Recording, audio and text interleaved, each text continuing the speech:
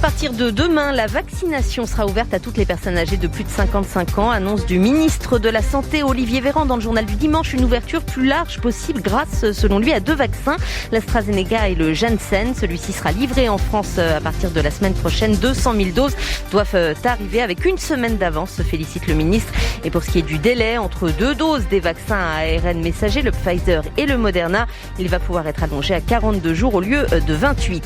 Aucune règle n'a été enfreinte. On m'a garanti que c'était légal. La réaction de Brice Hortefeux, l'ancien ministre de l'Intérieur, qui reconnaît avoir participé à un déjeuner fin mars dans un appartement privé, déjeuner organisé par le chef cuisinier Christophe Leroy. Selon Mediapart, celui-ci proposait à une clientèle select des menus entre 110 et 580 €.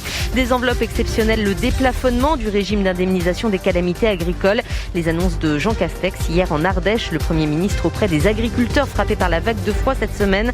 Le gouvernement promet de réunir les banquiers, les assureurs et l'ensemble des acteurs qui pourront être mobilisés pour faire face à cette crise.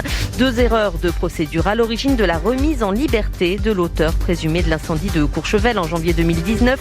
2 personnes avaient été tuées. L'homme d'une vingtaine d'années mis en examen dans cette affaire est placé sous contrôle judiciaire strict. Les funérailles du prince Philippe auront lieu samedi prochain. Des obsèques privées au château de Windsor au Royaume-Uni. Le prince Harry sera notamment présent, mais sans son épouse Meghan Markle.